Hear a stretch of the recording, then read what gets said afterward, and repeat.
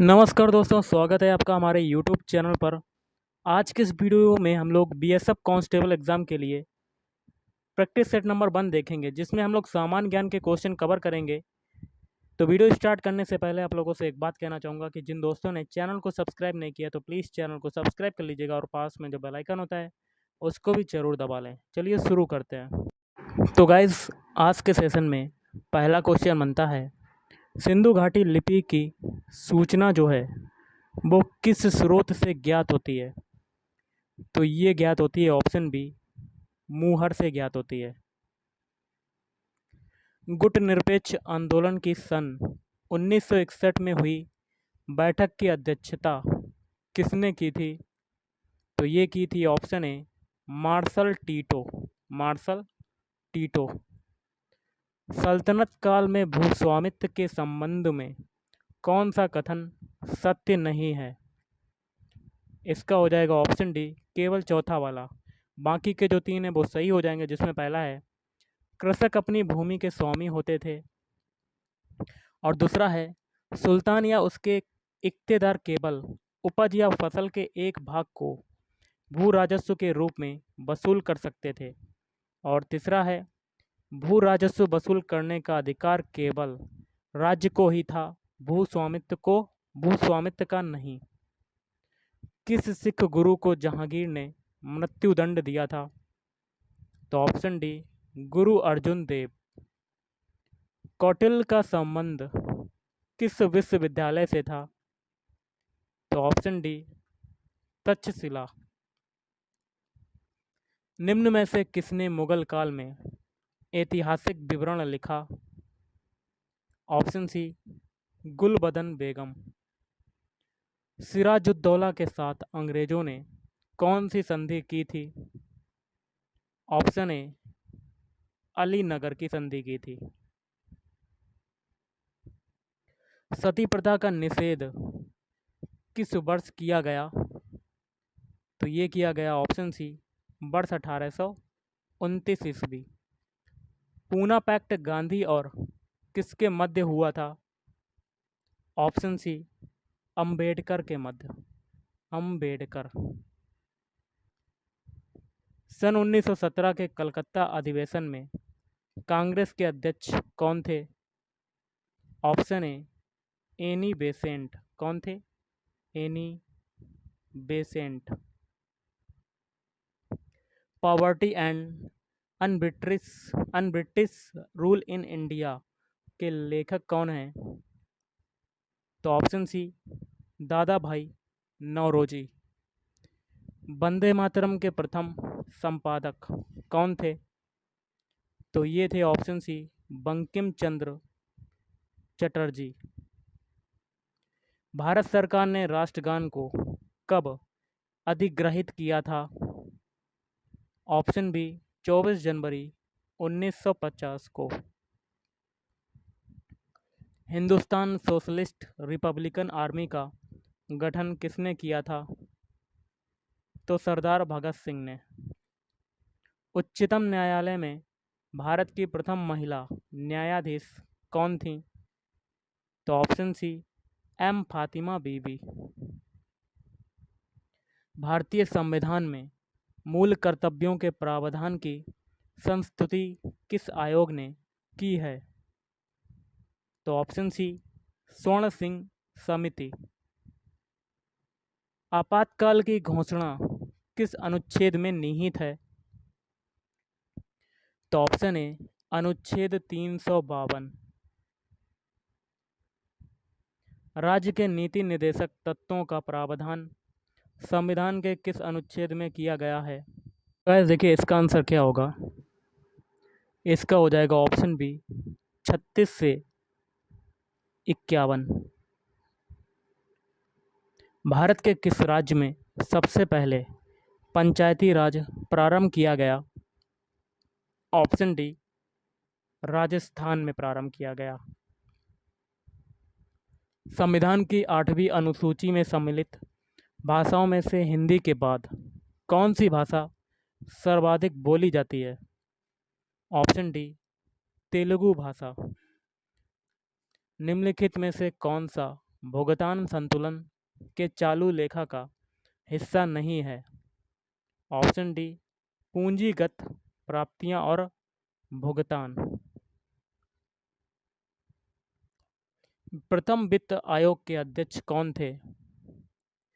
तो केसी नियोगी। कौन थे? केसी नियोगी। भारत के उच्चतम न्यायालय के प्रथम मुख्य न्यायाधीश कौन थे? तो एच जे कानिया। भारत के संविधान की अनुसूची तथा उसके विषय के निम्नलिखित युग्मों में से कौन सा एक सुमेलित नहीं है? इसका हो जाएगा ऑप्शन बी। बाकी के 3 सही हैं, जैसे कि 8वीं अनुसूची में भाषाएं हैं, 4थी अनुसूची राज्यसभा में स्थानों का आवंटन, और पहली में संघ राज्य क्षेत्र। भारत के प्रथम उप प्रधानमंत्री कौन थे? तो ऑप्शन डी, सरदार वल्लभ भाई पटेल। निम्नलिखित में से कौन ठोस अपशिष्ट के निस्तारण की विधियां हैं? तो ये सभी लैंडफिल, पायरोलिसिस और कंपोस्टिंग। अगला क्वेश्चन है, भारत के किस राज्य में साक्षरता प्रतिशत सर्वाधिक है? तो ऑप्शन सी, केरल। अगला है, कौन सा रंग मूल रंग के अंतर्गत नहीं आता है? कमेंट करके बताएं।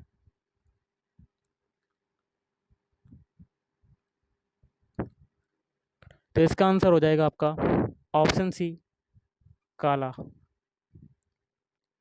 लगान निर्धारण की बटाई प्रणाली के अंतर्गत बटाई का कौन सा तरीका सल्तनत काल में प्रचलित नहीं था? तो इसका हो जाएगा ऑप्शन सी। बाकी के 3 है, जैसे कि बटाई गल्ला बक्सी, कटाई की गई फसल के राज्य के हिस्से का निर्धारण, और मुक्ताई। इसमें किसान फसल की अनुमानित उपज को स्वीकार कर लेता था और इस अनुमानित उपज के आधार पर भू राजस्व अदा करने के लिए सहमत हो जाता था। और डी है, पिछली उपज के आधार पर भू राजस्व का निर्धारण। अगला है, द्वितीय पंचवर्षीय योजना का मुख्य ध्येय क्या था? तो औद्योगिक विकास। फिरोज शाह तुगलक की भू राजस्व नीति में निम्नलिखित में से कौन सा दोष विद्यमान नहीं था? तो इसका हो जाएगा ऑप्शन डी, उसने इक्ताओं पर वंशानुगत अधिकार की मान्यता नहीं दी, ये नहीं था। वैधानिक तरलता अनुपात में वृद्धि का परिणाम होता है, कूट के माध्यम से बताना है। तो ऑप्शन सी, सभी। बैंकों के पास सरकार की अधिक संसाधन की प्राप्ति, बैंकों की लाभ देयता में कमी। अगला है, निम्नलिखित में से कौन सा युग्म सुमेलित नहीं है? चावल बिहार। बाकी के 3 सही हैं, चाय असम, रबर केरल, गेहूं उत्तर प्रदेश। हनुमंत राव समिति की सिफारिशें किस उद्योग से संबंधित थीं? तो उर्वरक।